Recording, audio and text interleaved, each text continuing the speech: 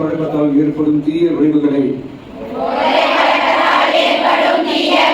முழுமையாக அறிவேன். நான் போதை பழக்கத்திற்கு ஆளாக மாட்டேன்.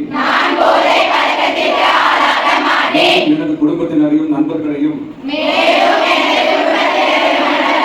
பழக்கத்திற்கு ஆளாகாமல் தடுத்து அறிவுரைகள் வழங்குவேன். போதை பழக்கத்திற்கு உள்ளானவர்களை அவர்களை நல்வழிப்படுத்த பங்களிப்பை முழுமையாக தருவேன். பொருட்களின் உற்பத்தி, பயன்பாடு ஆகியவற்றிற்கு எதிரான தடுப்பு நடவடிக்கைகளின் மூலம்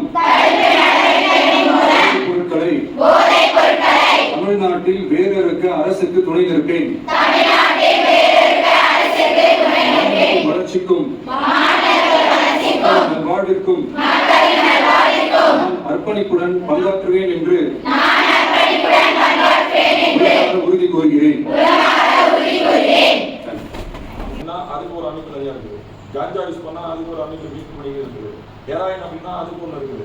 இந்த மாதிரி நம்ம நாட்டில் அதிகமான ஃபாரின் எதுல கிடையாது. அதெல்லாம் பெரிய பெரிய பணக்காரர்கள்லாம் யூஸ் பண்ணுறக்கூடிய போதை வசதிகள் வேறு. இங்கே நார்மலாக யூஸ் பண்ணக்கூடிய என்ன பண்ணுறாங்க, சாராயம், பாரின்ற இந்த மதுபான கல், கொக்கைன், இந்த மாதிரிலாம் இருக்குது. இப்போ ஸ்கூல் பசங்க நிறைய வச்சு என்ன பண்ணுறாங்க, பக்கத்தில் உள்ள பெட்டி ஷாப்ஸ் எல்லாம் கூல் லிப்ஸ்னு சொல்லி சின்னமாக ஒரு சாக்லேட் மாதிரி ஒரு சின்னதாக இருக்கும். அதை வாயில போட்டுக்கிட்டாங்க அப்படின்னாக்கா அவங்க 10 நிமிஷம் 20 நிமிஷம் உங்கள் டீச்சர்ஸுங்கிட்ட சொல்கிறத கேட்க மாட்டான், போதை இருக்கும். அது மாதிரி எதனா பேசினா ஸ்கூலில் அடிப்பான். அப்போ ஒரு டீமை சேர்ந்துக்கிறான் ஸ்கூலுக்குள்ள.